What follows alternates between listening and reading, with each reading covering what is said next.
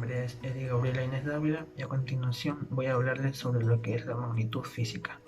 Las magnitudes físicas corresponden a las cantidades medibles que se le pueden dar a un sistema físico, es decir, a todo lo que se le puede asignar una cantidad después de haberse realizado una medición o una relación de mediciones.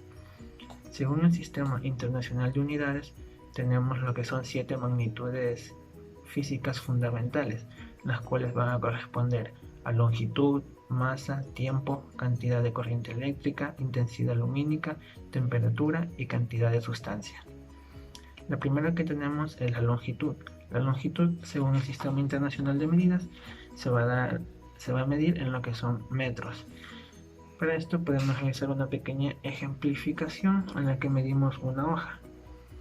Esta hoja, según esta regla que mide en centímetros, va a medir 29.7 centímetros. Sin embargo, el Sistema Internacional de Unidades nos dice que la longitud se mide en metros. Por lo tanto, podemos decir que esta hoja va a medir 0.297 metros, después de haber realizado la conversión de centímetros a metros. Otra de las magnitudes físicas fundamentales que tenemos es la masa, que va a corresponder a la cantidad que ocupa un objeto en el espacio.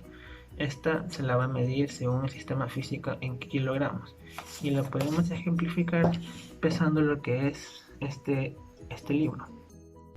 Para realizar la medición de la masa de este libro se lo va a tener que pesar mediante una balanza.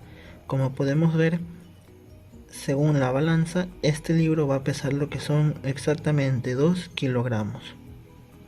Otra de las magnitudes físicas que tenemos es la temperatura, y según el Sistema Internacional de Unidades, esta se va a medir en lo que son los Kelvin, y esta va a determinar el calor que va a poseer un cuerpo o una sustancia. Para ejemplificar a las temperaturas, tenemos lo que son dos recipientes con agua. Esta ha sido agua calentada, como podemos ver en sus filos se ha evaporado, mientras que acá tenemos agua en estado sólido.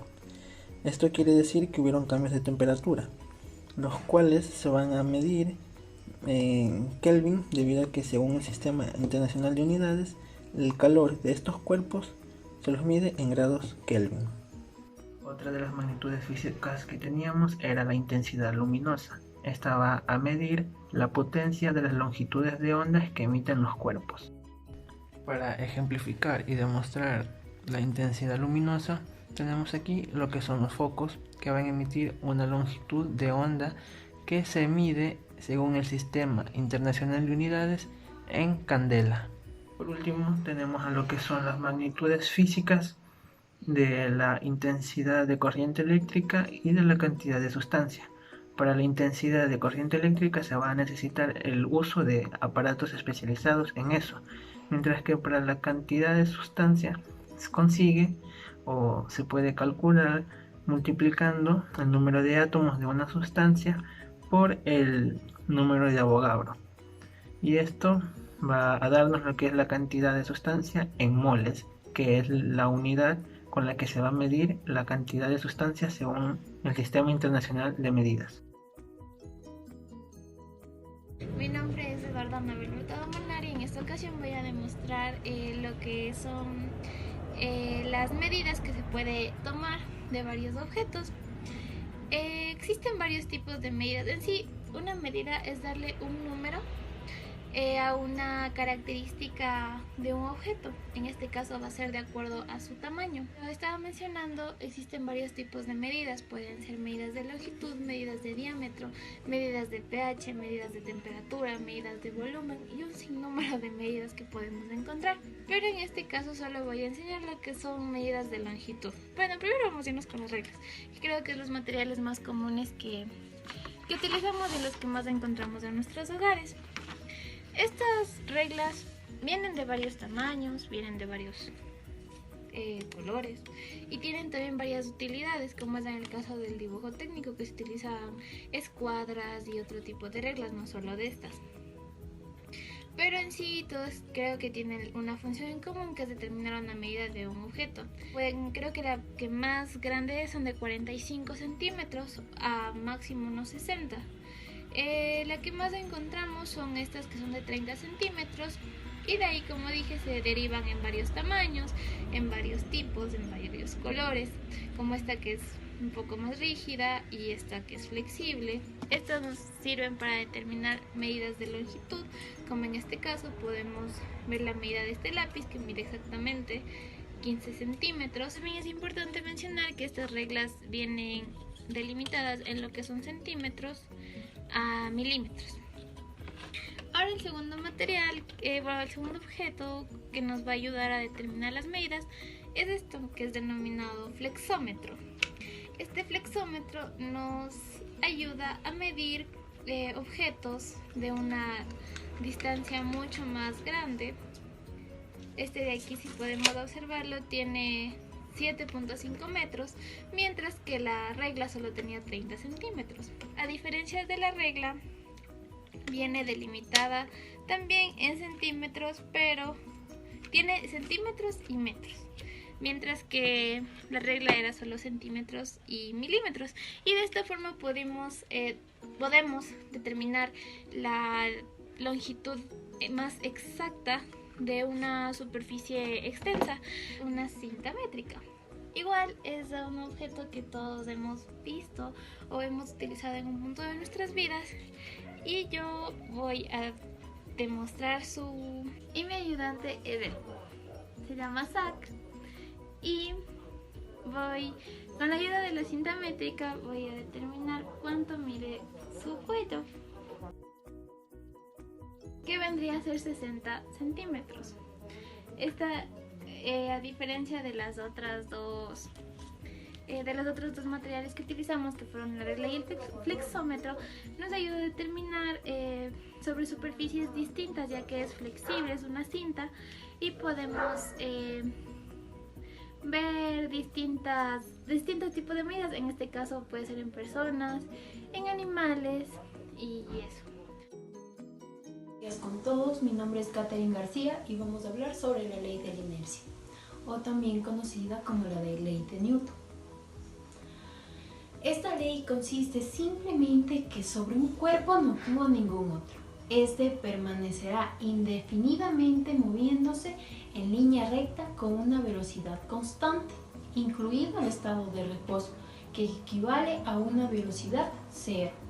Dicho de otro modo, no es posible que un cuerpo cambie su estado inicial o de reposo, al menos que intervenga una o varias fuerzas. Para comprender de una manera mejor, vamos a hacer el siguiente experimento. Entonces, lo que vamos a utilizar es un vaso que podemos ver o observar que se encuentra en un estado de reposo, y vamos a utilizar una hoja que va a representar la fuerza neta. Entonces, el vaso está en una velocidad constante y al subirlo a la hoja va a producir una fuerza neta al retirarlo, como podemos observar, y el vaso no se ha movido. Hola, mi nombre es Leonela Yamile Merchan Mendoza y el día de hoy les voy a explicar la segunda ley de Newton por medio de un experimento casero. La segunda ley de Newton, también conocida como la ley fundamental de la dinámica, esta es aquella que determina una relación proporcional entre fuerza y variación de la cantidad de movimiento o momento lineal de un cuerpo. Dicho de otra forma, la fuerza es directamente proporcional a la masa y a la aceleración de un cuerpo. Esta ley la voy a explicar por medio de este proceso. Yo aquí tengo un vaso vacío. Si yo lanzo el vaso, podemos ver que el carro aún se mantiene estático y no se ha movido. Pero si yo aumento la masa de este vaso, el objeto se va a mover con rapidez. Voy a aplicar 20 de estas piedritas. ¿Qué pasa si yo lanzo el vaso con la cuerda sujeta al carro? Aquí pudimos observar que el auto se movió con gran velocidad. Ahora, ¿qué pasaría si yo aumento la masa del auto? Vamos a colocarle 10 piedrillas y ahora vamos a observar qué es lo que sucede. Como pudimos observar, el auto se movió con menos fuerza que el anterior. Es así como pudimos observar que su aceleración ha disminuido gracias al aumento de su masa. Gracias. Buenos días, profesor, soy Michael Luisa Ganchoso y el día de hoy les hablaré de la tercera ley de Newton. La tercera ley de Newton fue la que estableció Isaac Newton, que dice que Para cada acción hay una reacción de la misma magnitud, igual, pero en sentido contrario. Acompáñenme a ver algunos ejemplos. El tema es tan amplio que he decidido mostrar situaciones cotidianas en las cuales se ejemplifique y se demuestre este principio de la tercera ley de Newton. Diariamente nos encontramos con este pequeño ejemplo.